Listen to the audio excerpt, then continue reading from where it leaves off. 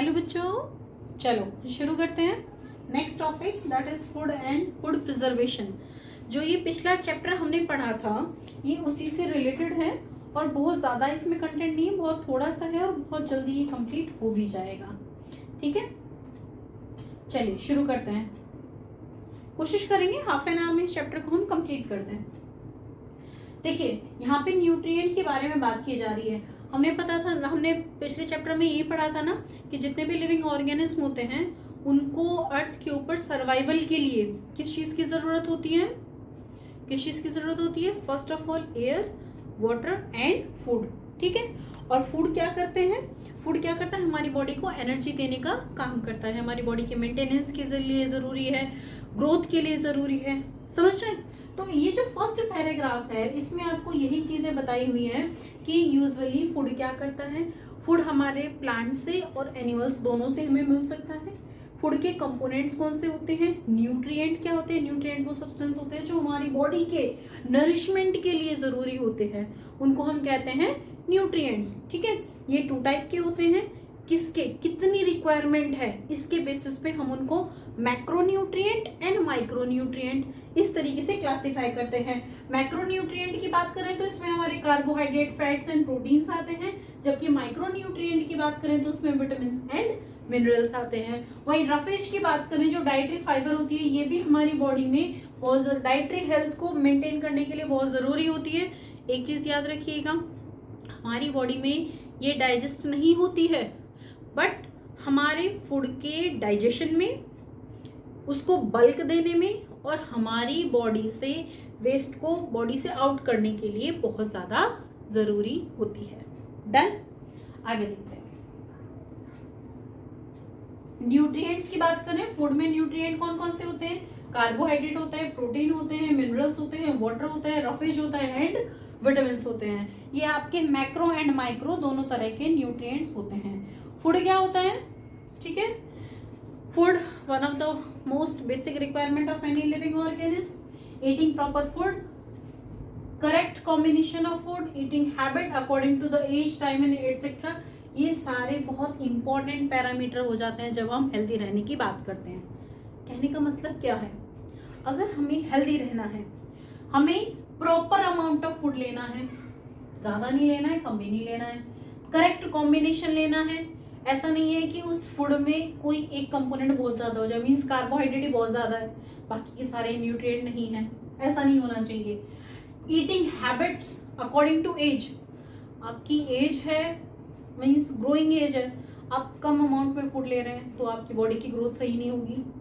आपकी एज ठीक है, अप्रोप्रिएट है, आपकी बॉडी की रिक्वायरमेंट है कुछ, आप ले रहे हैं कुछ, तो ये भी अप्रोप्रिएट नहीं है। Time to time eating means एक प्रॉपर टाइमिंग होती है खाने की, है ना, प्रॉपर इंटरवल के बाद खाना होता है, बहुत लंबे टाइम तक भूखे नहीं रहना होता है। ये सारी चीजें रहती हैं जो हेल्दी रहने के लिए हमें ध्यान में रखनी चाहिए।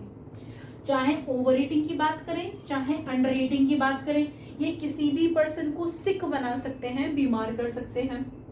ओवर ईटिंग से वेट गेन हो सकता है जो डायबिटिक जैसी डिजीज को कॉज कर सकता है, हार्ट अटैक को कॉज कर सकता है, ब्लड प्रेशर बढ़ा सकता है, ऐसे और भी कई सारी डिजीज हैं जो कॉज कर सकता है। वहीं हम अगर कम खा रहे हैं तो मेल न्यूट्रिशन की कंडीशन आ जाती है जो डिफरेंट टाइप की कंडीशंस को हमारी बॉडी में अराइज करती है।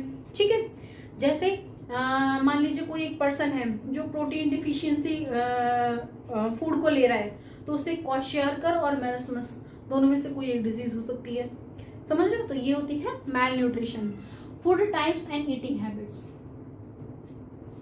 देखिए depending on the quality and quantity food consumed, means जो हम फूड कंज्यूम करते हैं उसके पॉजिटिव इंपैक्ट भी होते हैं और नेगेटिव इंपैक्ट भी होते हैं।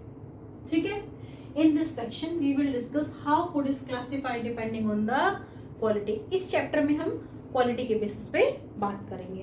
हेल्दी फूड कौन सा होता है कि वो अमाउंट ऑफ फूड जिसमें हमारी बॉडी के लिए इसेंशियल जो न्यूट्रिएंट्स होते हैं वो सारे प्रेजेंट होते हैं, वो हेल्दी फूड कहलाता है।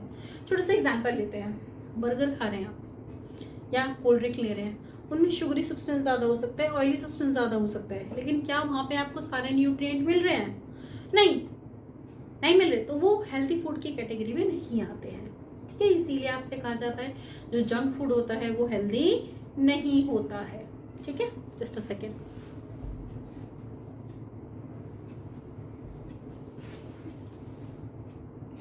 अब देखो आपकी बुक क्या कह रही है, healthy food refers to the food which contains all necessary nutrient needed to sustain a proper health. Body की प्रॉपर हेल्थ को सस्टेन करने के लिए जिन जिन न्यूट्रिएंट की जरूरत होती है, ठीक है, वो फूड क्या कहलाता है, हेल्दी। हमारी बॉडी की प्रॉपर फंक्शनिंग के लिए बहुत ज्यादा जरूरी है। एग्जाम्पल मिल्क है, फ्रूट्स है, वेजिटेबल्स हैं, ये सारे इसका एग्जाम्पल है। ठीक है, आगे चलते हैं। जंक फूड क्या होता है? जंक फूड ऐसा है कि जिसमें कोई स्पेसिफिक न्यूट्रिएंट का जो कंटेंट है वो स्पेसिफिक नहीं होता है। ठीक है, रैंडम होता है। देखिए, junk food refers to the type of food which has no specific nutrient content. उसमें स्पेसिफिक न्यूट्रिएंट का कोई कंटेंट नहीं होता है। They are very tasty but contain unwanted oil, unwanted oil होते हैं, अनवांटेड सॉल्ट होते हैं। ठीक है, ये सारी चीजें रहती हैं और they can be harmful to our body, हमारी बॉडी के लिए बहुत ज्यादा हार्मफुल हो सकते हैं। और अगर हम इसको एक्सेसिव अमाउंट में लेते हैं जंक फूड को, ठीक है, इससे क्या होता है, बॉडी का वेट गेन हो सकता है, डाइटरी डिसऑर्डर्स कॉज कर सकते हैं। ठीक है, in result in the condition it is called obesity where there is too much accumulation of body fat. Obesity हो सकती है जिसमें क्या होता है, बॉडी के सर्टेन पार्ट्स पर फैट का एक्यूमुलेशन बढ़ जाता है, फैट ज्यादा हो जाती है। ठीक है, इससे क्या होता है, हमारी बॉडी की जो हेल्थ रहती है वो उसके ऊपर नेगेटिव इम्पैक्ट आते हैं। ठीक है, बॉडी की जो डिफरेंट डिफरेंट प्रोसेसेस हो रही होती हैं उनमें भी इफेक्ट आना स्टार्ट हो जाता है। इसका एग्जाम्पल बर्गर या पिज्जा, चाउमीन, ये सारे इसके एग्जाम्पल हैं। मिल्क ऐसा फूड सोर्स है जिसमें विटामिन सी के अलावा मैक्सिमम सारी चीजें आपकी बॉडी के लिए अवेलेबल होती हैं। ठीक है, इसीलिए मिल्क को सुपर फूड भी कहा जाता है। ठीक है, कंप्लीट फूड कहते हैं क्योंकि इसमें सारी चीजें न्यूट्रिएंट जरूरी होते हैं। जैसे उसमें फैट भी प्रेजेंट होगा, उसमें शुगर्स भी प्रेजेंट होते हैं, ठीक है, उसमें मिनरल्स भी होते हैं जैसे कैल्शियम एंड फास्फोरस, ये जो बोन फॉर्मेशन के लिए जरूरी होते हैं ये भी प्रेजेंट होते हैं। विटामिन की बात करें, सिर्फ और सिर्फ सी प्रेजेंट नहीं होता है। ठीक है, सी प्रेजेंट नहीं होता है, बहुत कम अमाउंट में होता है ऐसी। बाकी सारे के सारे इसमें एडीई के सब प्रेजेंट होते हैं। वाटर, इसमें वाटर की डिफिशियंसी को कम करता है। प्रोटीन्स रहते हैं जो मसल बिल्डिंग के लिए रिस्पॉन्सिबल होता है। तो कहने का मतलब क्या है, मिल्क आपका क्या कहलाता है, एक कंप्लीट फूड कहलाता है। What is balanced diet? Balanced diet is a diet in which is not in more amount, means ज्यादा अमाउंट में नहीं है, ना ही वो कम अमाउंट में है, और साथ ही साथ हमारी बॉडी के लिए जितने न्यूट्रिएंट रिक्वायर्ड होते हैं वो सारे के सारे उस डाइट में प्रेजेंट है। इस टाइप की जो डाइट होती है उसको हम बोलते हैं बैलेंस्ड डाइट। आगे देखिए, it is the diet that gives our body the nutrient it needs to functioning, proper functioning. Then हमारी बॉडी को जितने न्यूट्रिएंट की जरूरत है वो सारे के सारे दे दे जिससे हमारी बॉडी की प्रॉपर फंक्शनिंग बनी रहे। In order to get a proper balanced nutrition one should obtain a majority of the daily energy from the fresh fruits, vegetable, whole grain। इन सबसे अपनी न्यूट्रिएंट की जो रिक्वायरमेंट है उसको पूरा करना चाहिए। A balanced diet consist of vitamins, minerals, protein, carbohydrate, fats and essential amount of water. हमें अपनी डेली जो फीडिंग हैबिट्स हैं उसमें क्या क्या रखना चाहिए, इंपॉर्टेंट क्या क्या है, विटामिन्स है, मिनरल्स है, प्रोटीन है, कार्बोहाइड्रेट है, फैट्स हैं, इवन इसेंशियल, बहुत important, sufficient amount of water आपको लेनी ही चाहिए। एटलीस्ट 8 to 10 ग्लासेस हैं जो सभी प्रिफर करते हैं कि आपको ये लेना ही लेना है। ठीक है, हेल्दी बैलेंस डाइट में देखिए क्या क्या हो सकता है, मीट फिश वगैरह हो सकते हैं, एग बीन्स वगैरह हो सकते हैं, राइस हो सकते हैं, पोटैटोज हो सकते हैं, वेजिटेबल्स, इन सब में मिनरल्स वगैरह जो प्रोटीन्स आके प्रेजेंट होते हैं। मिल्क और डेयरी प्रोडक्ट क्या रहते हैं, हमारी बोन्स को स्ट्रॉन्ग करते हैं। ठीक है, बोन की जो स्ट्रक्चर रहता है उसको बनाए रखने में, इवन हाई ब्लड प्रेशर होता है उसको प्रिवेंट करने का काम करते हैं। ठीक है, फ्रूट्स और जो ड्रिंक्स रहती हैं, ड्रिंक्स स्पेशली कौन सी, बटर मिल्क वगैरह जो रहते हैं उनमें हमें इसेंशियल विटामिन वगैरह मिलते हैं। इंपॉर्टेंस क्या है बैलेंस डाइट की बेटा, देखो एनर्जी प्रॉपर गेन करते हैं हम उससे, हमारी ग्रोथ के लिए रिस्पॉन्सिबल होता है। Attaining active and healthy life. Active और हेल्दी लाइफ को मेंटेन करने के लिए बैलेंस डाइट जरूरी है। रिमेनिंग डिजीज फ्री, हमें बीमारी ना हो इसके लिए भी हेल्दी डाइट की जरूरत है। Repairing of the body, body की रिपेयरमेंट है, मान लीजिए बॉडी में जो टूट फूट चल रही होती है, मसल्स का रिपेयर वगैरह हो रहा होता है, उन सब के लिए भी हमें बैलेंस डाइट की जरूरत है। फॉर मेंटेनिंग बॉडी फंक्शंस, जैसे ब्रीदिंग है, डाइजेशन है, बॉडी को वार्म रखना है, ठीक है, मॉइस्ट रखना है, तो इन सारी चीजों के लिए हमें प्रॉपर बैलेंस डाइट की जरूरत होती है। और साथ ही साथ हमारी बॉडी में डिफिशियंसी डिजीज ना हो, इससे भी प्रिवेंट करने के लिए हमें बैलेंस डाइट की जरूरत होती है।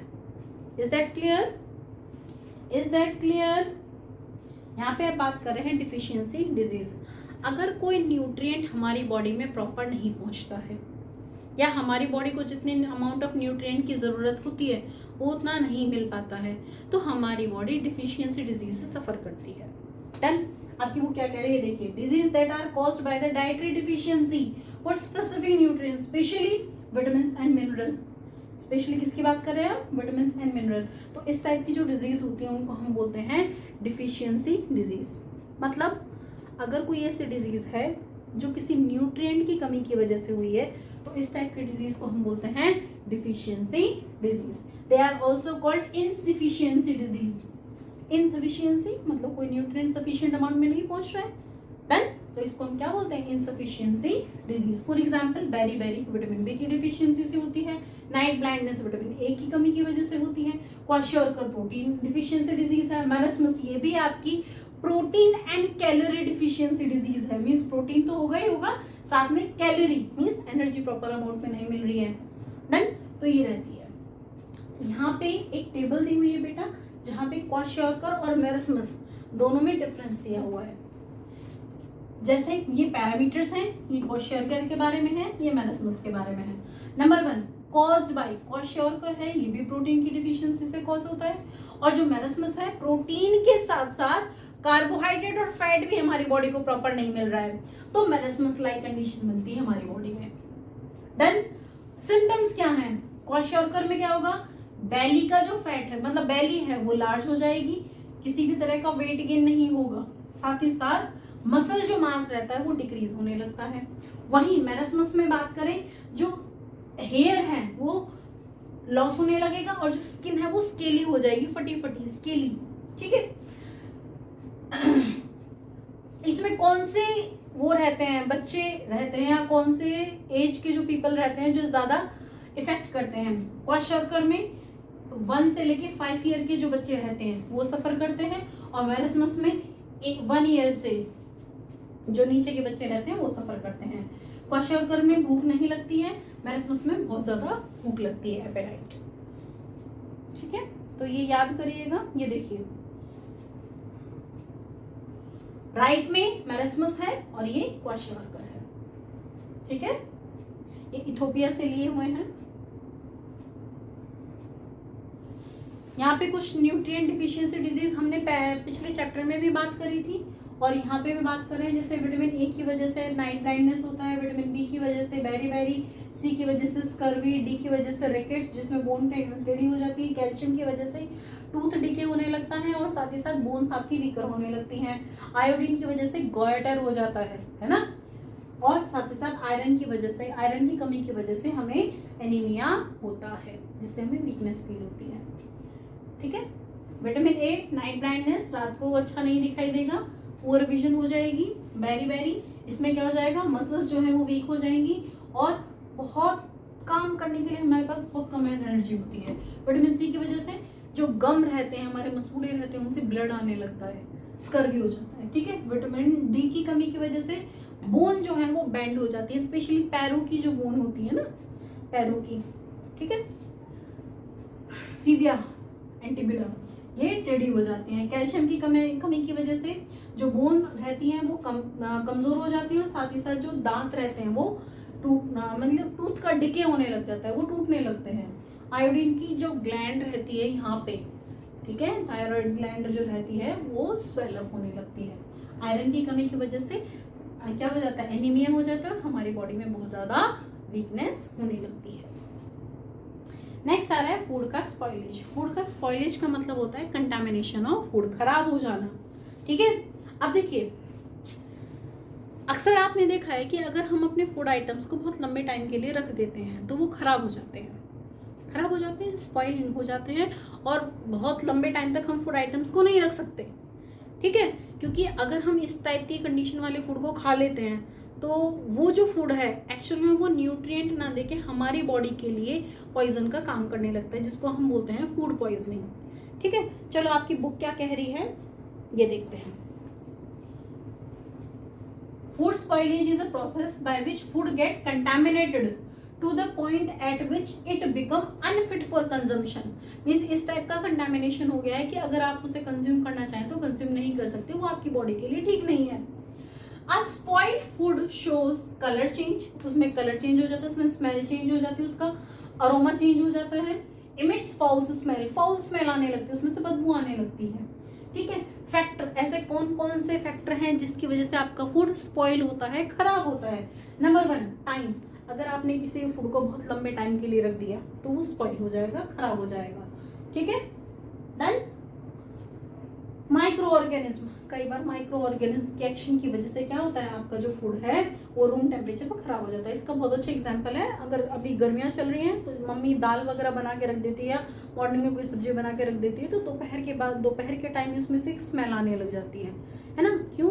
क्योंकि वो माइक्रो ऑर्गेनिज्म के एक्शन की वजह से क्या हो जाता है, वो खराब हो जाता है। आपकी बुक क्या कह रही है, most of the micro organism show best in the room temperature, growth दिखाते हैं रूम टेम्परेचर पे। ठीक है, these microbes attack uncovered food, मतलब ऐसा फूड जो अनकवर्ड है, ठीक है, प्रॉपर तरीके से नहीं रखा गया है, तो वो क्या करते हैं, इस फूड टेम्परेचर बढ़ने की वजह से वो स्पॉइल हो जाता है।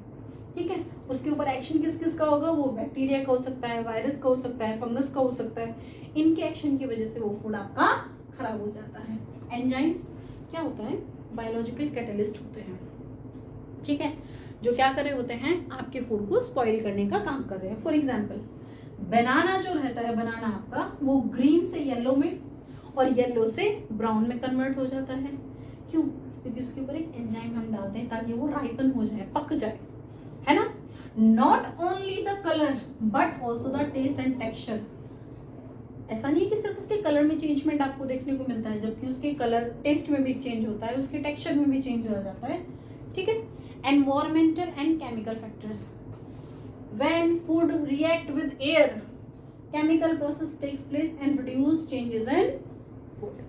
ठीक है, जब एयर में रखा रहता है तो जो फूड है वो एयर के साथ रिएक्शन करता है, केमिकल प्रोसेस होती है जिससे आपका जो फूड है वो खराब हो जाता है। इंसेक्ट और रोडेंट्स, ये भी आपके फूड को फिजिकल चेंज की वजह से खराब करने का काम करते हैं, डैमेज करने का काम करते हैं। ठीक है, तो ऐसे कौन कौन से फैक्टर्स हैं जो फूड को खराब करते हैं, टाइम लैप्स के बाद, माइक्रो ऑर्गेनिज्म है, एंजाइम्स है, इंसेक्ट और रोडेंट्स हैं, कुछ केमिकल चेंजेस हैं और कुछ एनवायरमेंटल फैक्टर्स होते हैं जो फूड को खराब करने का काम कर रहे होते हैं।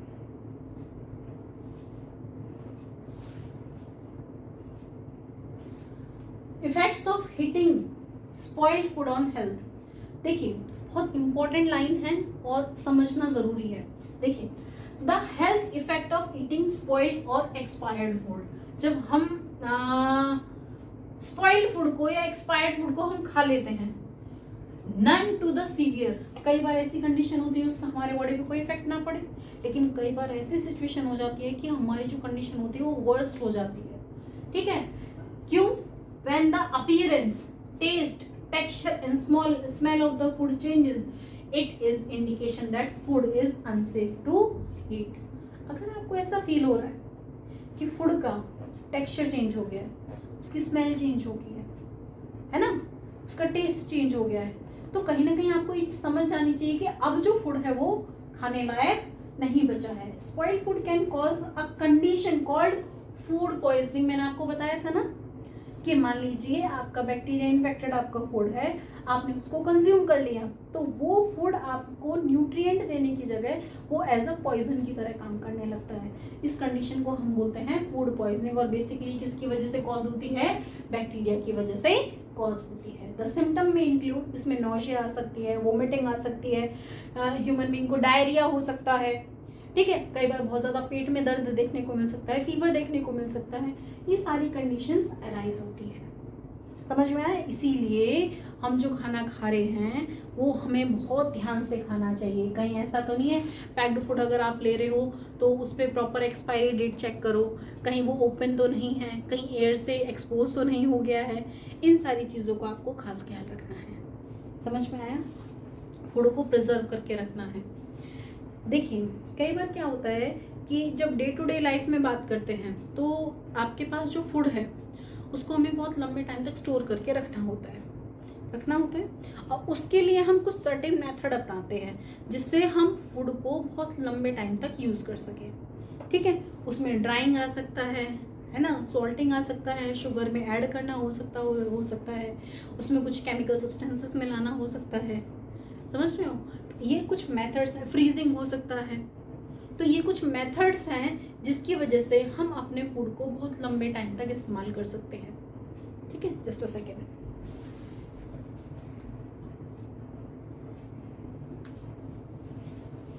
ठीक है, तो देखिए आपके फूड प्रिजर्वेशन के मेथड कौन कौन से हैं।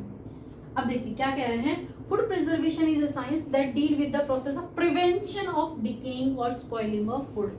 फूड प्रिवेंशन क्या है? साइंस की ऐसी टेक्निक है जिसमें हम अपने फूड को स्पॉइल होने से बचा रहे हैं, यानी कि उसको बहुत लंबे टाइम तक चला रहे हैं।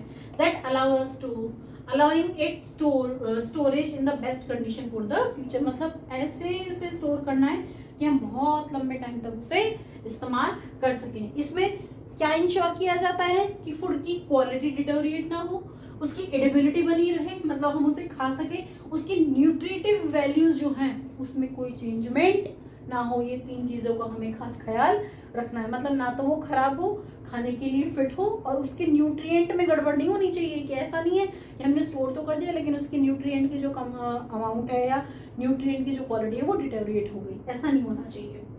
Basically, food preservation means that food remains in state where it is not attacked by microbes। मतलब फूड को ऐसे रखना है कि उसको किसी माइक्रोब से अटैक नहीं होना चाहिए, किसी इंसेक्ट से अटैक नहीं होना चाहिए, कोई पेस्ट उसके ऊपर अटैक ना करे। ठीक है, और does not lose optimum qualities. उसकी जो क्वालिटीज हैं, जैसे उसके कलर में बहुत ज्यादा चेंज ना हो, उसका टेक्सचर वैसा बना रहे, उसका फ्लेवर वैसा बना रहे, उसकी न्यूट्रिटिव जो वैल्यू है वो ऐसी कैसी बनी रहे। समझ में आया? तो ये सारी की सारी हमें ध्यान में रखनी होती हैं जब हम किसी भी फूड को लंबे टाइम तक स्टोर करना चाह रहे होते हैं। क्लियर है? आगे देखिए उसमें हम कौन कौन से मेथड यूज करते हैं। Number 1, drawing. ड्राइंग से क्या होता है, देखो जितने भी माइक्रो ऑर्गेनिज्म हैं, मॉइस्ट जो चीजें रहती हैं उनके ऊपर वो जल्दी एक्शन करते हैं। ठीक है, इसलिए हम क्या करते हैं कि किसी भी फूड सब्सटेंस को अगर हमें लंबे टाइम तक चलाना है तो हम उसमें से जो वाटर कंटेंट है उसको निकाल देते हैं। ठीक है, with the help of drawing. इस प्रोसेस को ही कहते हैं ड्राइंग। देखो, drying of the food material under the sunlight और विंड। सनलाइट में या विंड में, ये बहुत ओल्डेस्ट मेथड है। आपने देखा भी होगा, अगर राजस्थान साइड जाएं तो कचरी और सांगरी, ये दो ऐसे फूड सब्सटेंसेस हैं जो ये साल भर चलाते हैं। ठीक है, ग्वार की फलियां होती हैं उनको भी वो सुखा के रख लेते हैं। समझ रहे हो? मटर है उनको भी सुखा के रख दी, जैसे अभी आजकल आपको सफल मटर मिलती हैं, तो पहले ये सूखी हुई मटर मिलती थी। चने हैं वो भी सूखे हुए रहते हैं आपके, दालें हैं वो भी ड्राई फॉर्म में रहती हैं। समझ रहे हो? तो ये ड्राई करने के बाद आपको मिली हैं। Then drying reduce water content in the food. Food में से वाटर के कंटेंट को कम करती है, जिससे माइक्रोब्स के एक्शन, जो ग्रोथ होती है माइक्रोब्स की, वो खत्म हो जाती है, यहाँ पे कम हो जाती है। ठीक है, वैसे आप किसी एक फ्रूट को बता सकते हैं कि जो आप ड्राई करके खाते हो? यस, बता सकते हो ना?